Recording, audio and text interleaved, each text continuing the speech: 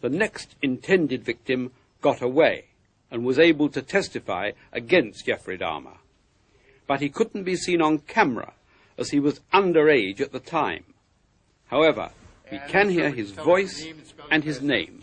My name is Ronald Douglas Flowers, Jr. Approximately what time did you get to the Club 219 that evening? Not real sure. I know it was late because the parking lot was pretty filled at the time, so I imagine it was 11:30 around that time. Okay. And did you meet your friends there? Yes, I did. After the bar closed, what next occurred? They all left, and I went back to my car and tried to start it. And when you tried to start your car, what happened? Well, I had been having a problem with my choke, so I imagine that was what the problem was, and it wouldn't start. And after I kept trying it and kept trying it, the battery just died. Pardon me. What did you do next? Well, then I went to the phone booth, which is located on the corner of 2nd Street and Pittsburgh, I believe it is. Did you come in contact with the person you now know as Jeff Dahmer? Yes, I did. He offered to give me a ride to go with him to get his car, to bring it back, to jump start my car. He had the cab drop us off a little ways away from the house because he didn't want to wake her. He lived with his grandmother, and he didn't want to wake her up. What happened when you arrived there? I said, I'll just wait for you here. He was going in to get his keys, I believe. And I said, I'll just wait for you here. And he said, no, why don't you just come on in? It'll just be a minute. And he offered me a drink. The next thing I recall happening was thinking to myself, why is he looking at me like that? Because for the first time, his eye contact was solid. He didn't divert it at all. And it was almost as though he was waiting for something. I'm thinking to myself, what is he waiting for? So naturally, I started to drink the coffee quicker because I became uneasy to get out of there. And the next thing I remember was becoming extremely dizzy and my head starting to go down, and that's it. When you say "and that's it," do you mean you passed out? Yes. What's your next memory? Woke up in the County General Hospital in Milwaukee. Were you missing any property? Yeah, I was missing. I was missing all of the cash from my wallet, and I was missing a bracelet that was on my right arm, and a herringbone chain that was around my neck.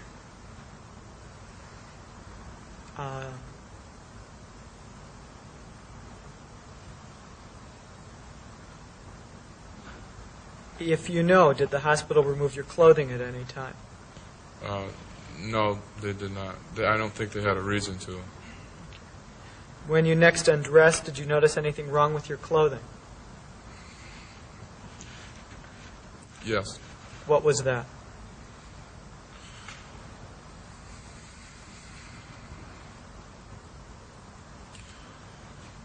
I noticed that my underwear were on inside out.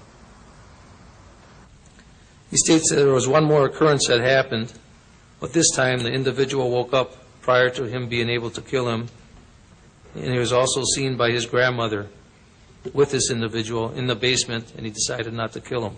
As Mr. Dahmer described it to me, he drugged the man in the basement, and in the morning the man woke up after Mr. Dahmer had had light sex with him.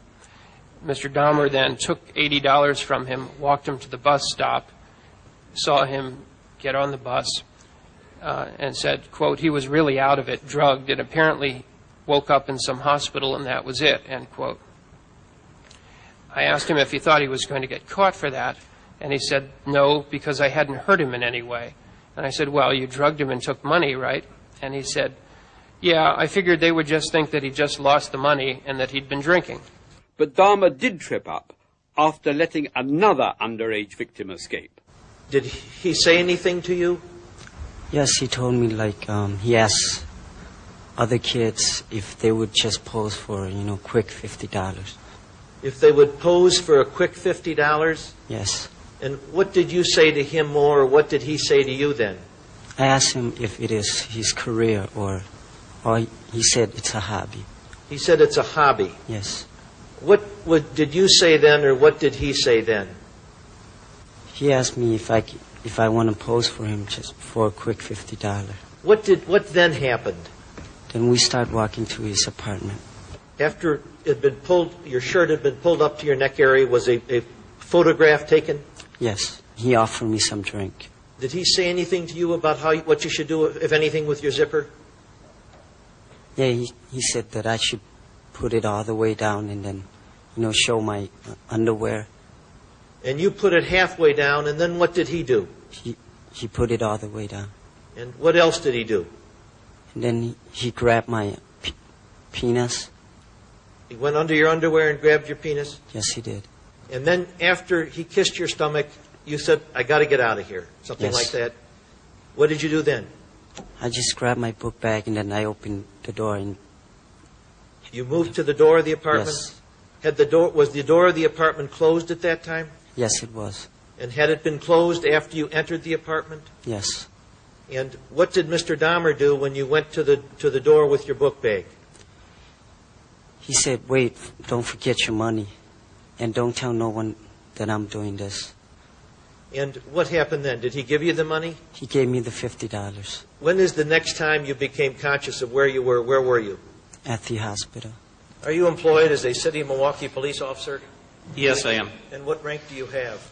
Currently a lieutenant of detectives. How long have you been employed by the Milwaukee Police Department? Since 1974. Did there come a time on September 27, 1988, that you were at work in the Milwaukee Police Department headquarters?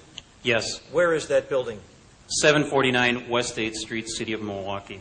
Did there come a time that you were aware that an investigation was underway in connection with a sexual assault on a 13-year-old Laotian young man? Yes, I did. He is a minor, and for reasons of protection of his name, he has been referred to in these proceedings as SS. Would you continue to refer to him? The jury is familiar with his full name. Yes.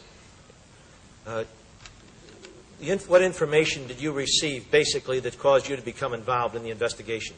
At approximately 12:20 a.m. on September 27, 1988, officers Robert Enters and Gary Temp brought SS into the sexual assault unit of the Milwaukee Police Department. And had officers gone out to the home and then with him gone to the apartment building where this took place and identified the particular apartment with his assistants?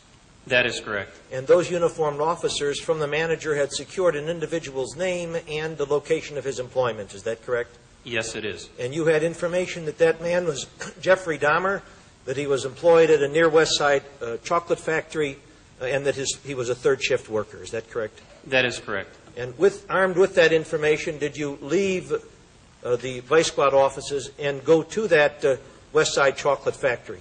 Yes, but prior to leaving, I showed SS a number of photographs, including the person who had been identified by the apartment manager, and SS positively identified Jeffrey Dahmer as the person who had taken him to his apartment and taken these photos. This is what you refer to in police work as a photo array. Is that correct? Yes. And you had Mr. Dahmer's picture on file from an earlier case where he had indecently exposed himself. That is correct. Did you then go to that West Side chocolate factory with the officers? Yes, I did. Did there come a time that Mr. Dahmer was brought to you by employees at the factory? Yes. And what, if anything, transpired did you recognize him from the pictures you had already shown the Laotian boy? Yes, I did. And what, if anything, any conversation occurred between you and Mr. Dahmer at that point? At that point, I asked him if he was Jeffrey Dahmer. He stated yes. And at that time, I placed him under arrest. Did he ever confess to you that he had touched the boy's penis? No, he denied that. Thank you. You have to ask this question. Did he plead guilty to the charge? Yes, he did. Okay, so he may not have admitted it to you, but he pled guilty to the charge. That's correct. Thank you. Although he was put under probation for 5 years, Dahmer was up to his lethal tricks again within 3 months.